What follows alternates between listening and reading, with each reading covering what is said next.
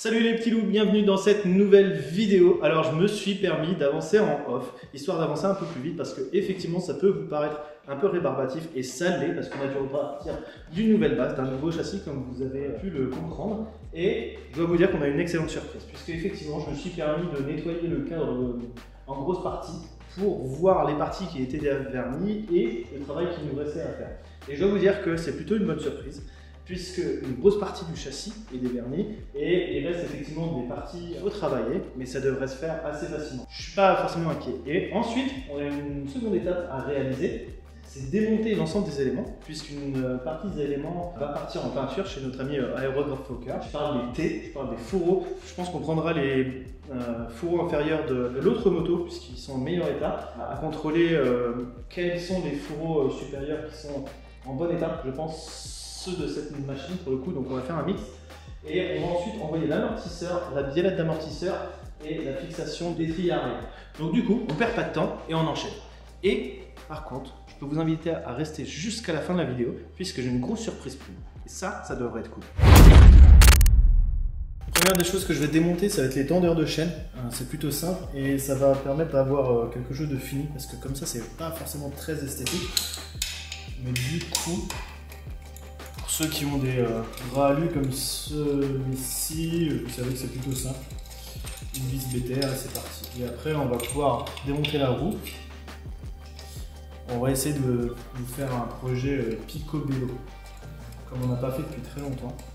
Je remets la vis en place, histoire de pas la perdre, mais j'ai envie de dire, je pense qu'on va la remplacer, on va voir. Donc un tendeur et on enchaîne sur le deuxième. On continue, très simple.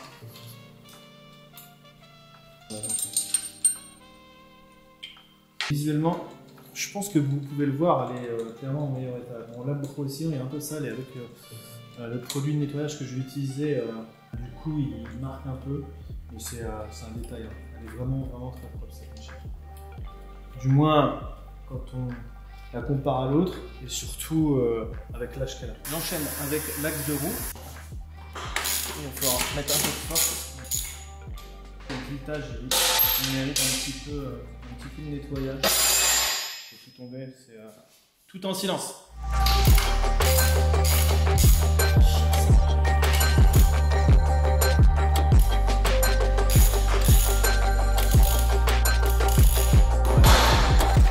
Je vais faire appel à un outil de persuasion. Je vous reprends tout de suite. J'ai fait appel à mon outil de persuasion et maintenant, voilà, ça s'en va tout seul. Je pense qu'on doit avoir des roulements qui sont hors d'usage. Voilà, tout se fait correctement. Donc maintenant, on peut enchaîner sur la suite. Après, je ne sais pas si on va réutiliser ces jantes-là. Je ne sais pas, à voir. Dites-nous ce qu'on fait au sujet des jantes. Mais moi, je verrais bien, par exemple, des cerclages de jantes noires, moyeu vert, rayon noir, peut-être de rayon vert. Éventuellement, à vous de me dire. Petit moment d'appréhension, parce que pour ceux qui suivent le projet, vous savez que sur la précédente machine, on a eu pas mal de mauvaises surprises au niveau des biellettes d'amortisseur. Alors là, maintenant, on va passer au démontage. Alors j'espère que tout va bien se passer. Vraiment, j'espère. Mais là déjà, ça présente bien parce que déjà on aperçoit de la graisse et pas de la rouille. Donc ça m'a l'air plutôt entretenu. Après, dévisser une chose, sortir les axes c'en est une autre.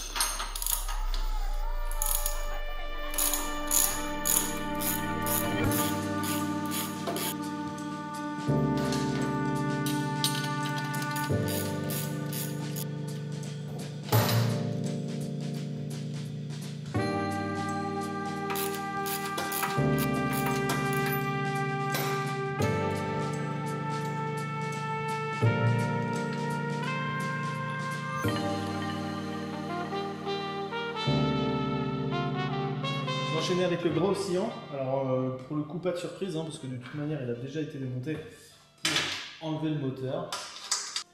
Par contre pour le gros oscillant, il y a une question qui se pose, c'est est-ce que vous préférez une finition polie ou une finition alu brossé? Parce que j'ai vu un gros oscillant qui gardait comme ça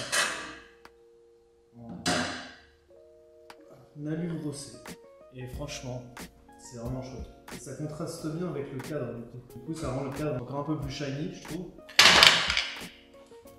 Et bien voilà. Et pour le coup, il a déraillé, comme le train. Je pense, une fois. Il a subi ça. Mais en dehors de ça, il est en très bon état. Bon, là, il est sale, ok. Et encore, hein, ça va, quoi. Du coup, maintenant, on peut enchaîner sur l'amortisseur.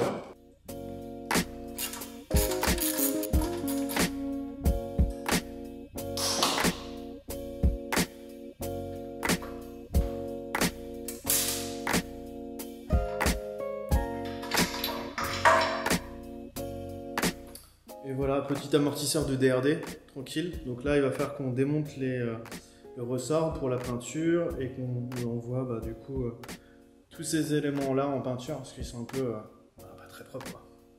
Et après, on aura quelque chose de tout neuf. Pareil pour la bonbonne. Et c'est parti. Je vais enchaîner avec le démontage de la fourche et donc des têtes de fourche. Je vais commencer par le démontage de l'écrou central, puis par les pontées. Je vais profiter du fait que le thé de fourche soit encore sur les fourreaux pour pouvoir dévisser et desserrer l'intégralité du poste de pilotage, et ensuite on pourra démonter l'intégralité de la fourche. Comme ça, moi je vais pouvoir finir de dévernir le cadre. Allez, c'est parti. On a pour le coup le bon écrou. Et là, ça se fait super bien. Super.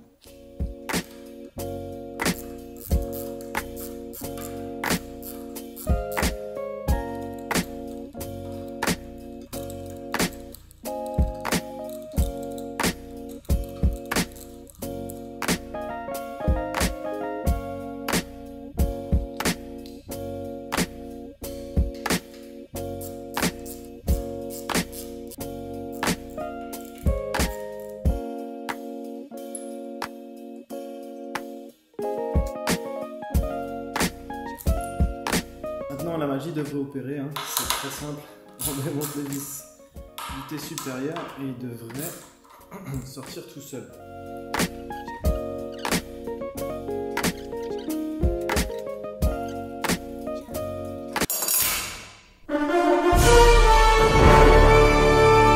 Filament. Il a fait des cascades, mais il est là. Voilà. Et en fait, mon problème, un autre problème, c'est qu'il est peint sur les intérieurs et en fait, il faudrait éviter ça. S'il force... comme ça, il ne forcerait pas. Voilà, c'est très simple. Mais il va partir en peinture et tout sera neuf. C'est parfait. On continue avec le reste. Les petits loups, il nous reste une chose à faire, sortir le cadre de la fourche ou la fourche du cadre. Ça dépend dans quel sens on le voit. Pour ça, il nous faut une petite clé 36, desserrer l'écrou, tout vient tout seul et ensuite tout devrait bien se passer. Une fois c'est bien graissé, donc ça fait plaisir. Nickel. Ça c'est plutôt une bonne nouvelle.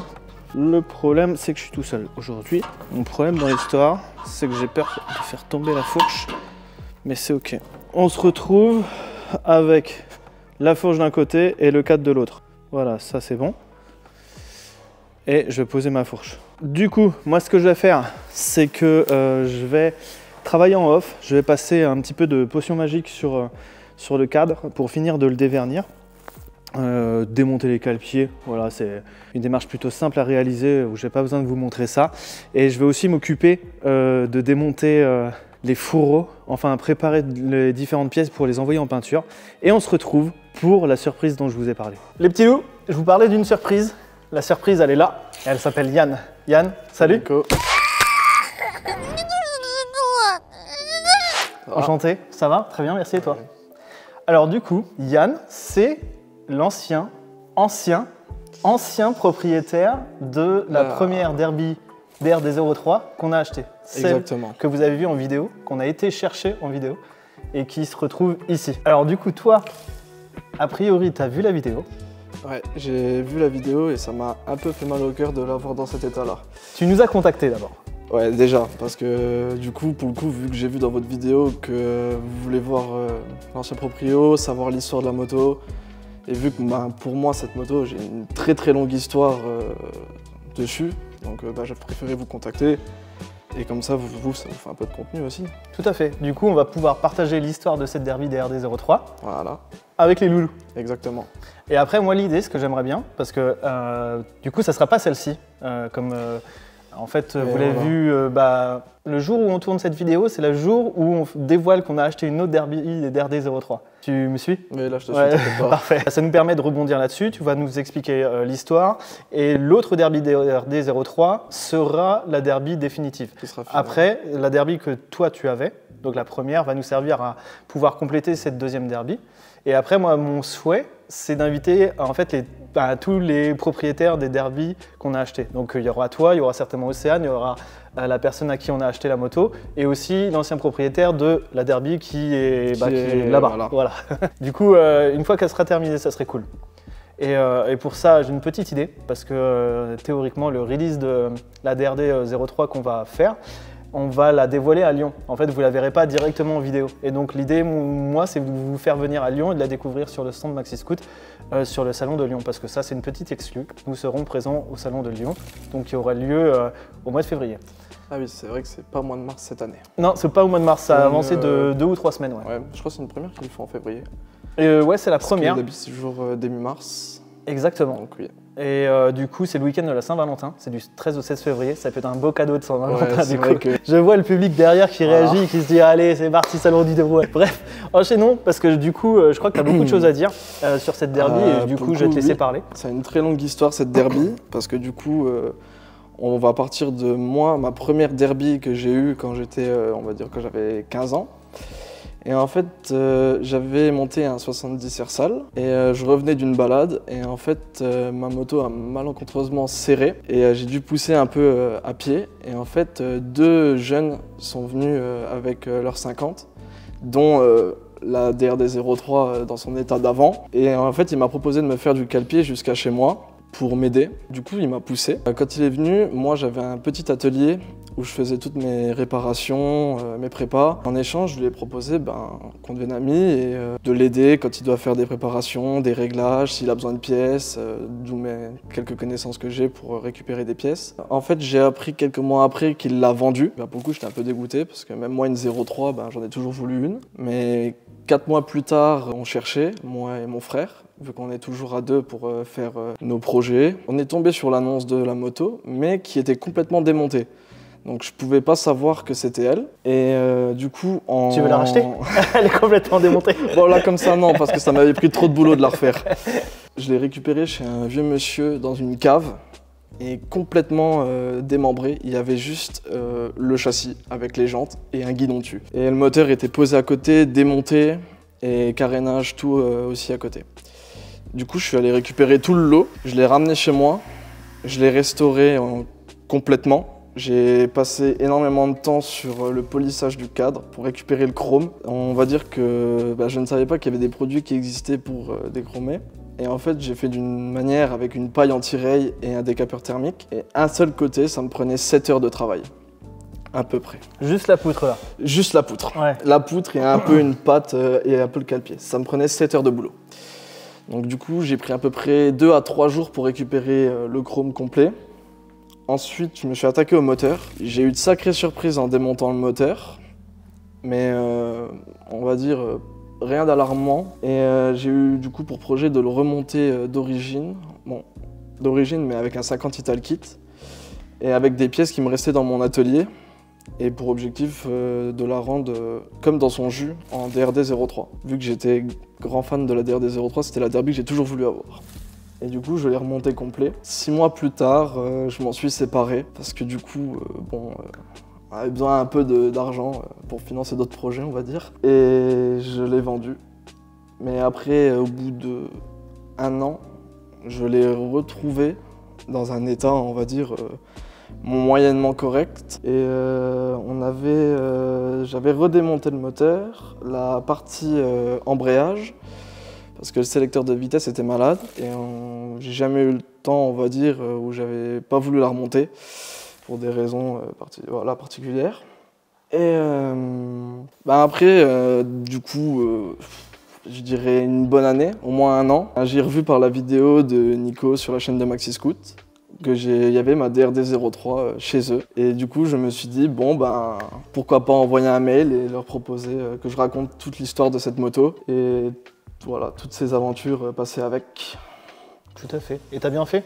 Oui, j'ai bien fait pour le coup, oui. Du coup, bienvenue. Voilà. Et donc 6 mois de restauration. Pas 6 mois, parce que 6 mois, c'est... Après, je l'ai roulé.